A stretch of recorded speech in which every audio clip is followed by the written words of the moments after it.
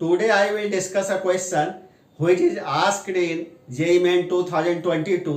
देखिए ये क्वेश्चन आपका क्या है, if vector A is equal to 2i cap plus 3j cap minus k cap metre and vector B equal to है आपका i cap plus 2j cap plus 2k cap metre.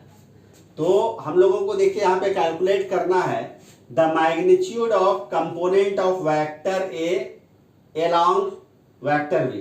तो हम लोगों को मालूम है कि component of vector A along vector B जो होगा वो A dot B divided by vector B का मैग्नीट्यूड। यही आपका वेक्टर ए का कंपोनेंट को वेक्टर बी के अलाउंग निकालने का आपका फार्मूला होता है। तो सबसे पहले हम लोग क्या करेंगे कि यहाँ पर वेक्टर ए का एक्स कंपोनेंट, वाई कंपोनेंट और जेड कंपोनेंट को हम लोग लिखते हैं। तो देखिए वेक्टर ए को लिखा जा सकता है 2i cap plus 3j cap plus minus 1k cap. तो देखिए आई कैप का जो कॉफिशिएंट होगा वो वेक्टर ए का एक्स कंपोनेंट होगा, जे कैप का जो कॉफिशिएंट होगा वो वेक्टर ए का वाई कंपोनेंट होगा और के कैप का जो कॉफिशिएंट होगा वो वेक्टर ए का जेड कंपोनेंट होगा। उसी ढंग से यहाँ पे देखिए क्या है कि आई कैप के बगल में 1 को लिखा जा सकता है। तो आई कैप का जो कॉफिशिएंट होगा वो वेक्टर बी का एक्स कंपोनेंट होगा, जे कैप का जो कॉफिशिएंट होगा वो वेक्टर बी का वाई कंपोनेंट होगा और के कैप का जो कॉफिशिएंट होगा वो वेक्टर बी का जेड कंपोनेंट होगा। अब देखिए हम लोग यहाँ पर क्या करते हैं कि सबसे पहले ए डॉट बी को कैलकुलेट करते हैं। तो ए डॉट बी को कैलकुलेट करने का जो मैथमेटिकल फार्मूला होता है, दोनों का एक्स कंपोनेंट को एक साथ मल्टीप्लाई कर दीजिए, बोथ वेक्टर्स के वाई कंपोनेंट को एक साथ मल्टीप्लाई कर दीजिए प्लस बोथ वेक्टर्स का जेड कंपोनेंट को एक साथ मल्टीप्लाई कर दीजिए।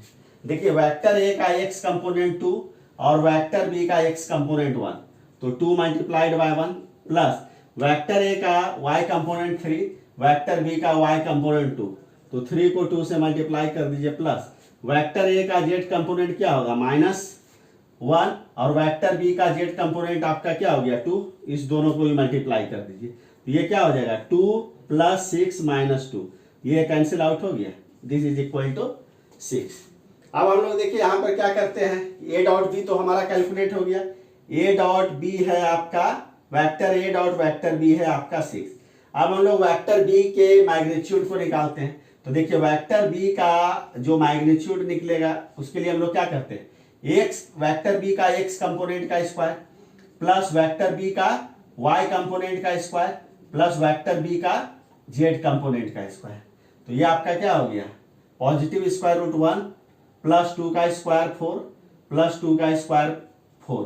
तो ये आपका क्या हो गया, पॉजिटिव स्क्वायर रूट ऑफ 9 हो गया, ये इक्वल टू आपका क्या हो गया 3, यानी वेक्टर बी का मैग्नीट्यूड आपका क्या हो गया आपका 3। तो 6 को अगर 3 से डिवाइड करिएगा तो ये आपका क्या हो जाएगा, ये आपका 2 आ जाएगा। इट मीन्स कि ये आपका 2 मीटर हो जाएगा आपका। अब देखिए यहाँ पर चूंकि हम लोगों को जो कैलकुलेट करना है component of vector A along vector B का मैग्नीट्यूड निकालना है। तो देखिए अब 2 metre component of vector A along vector B आपका क्या आया 2 मीटर, इसका मैग्नीट्यूड चाहिए तो 2 मीटर का मैग्नीट्यूड आपका क्या होगा 2 ही मीटर हो जाएगा। तो यहाँ पे आपका देखिए जो फाइनल आंसर हो जाएगा वो आपका 2 होगा। तो इस प्रकार से इस प्रॉब्लम को मैंने सॉल्व कर दिया। अगर इस प्रॉब्लम में आपको कोई भी डाउट होगा तो कमेंट आप जरूर कीजिएगा।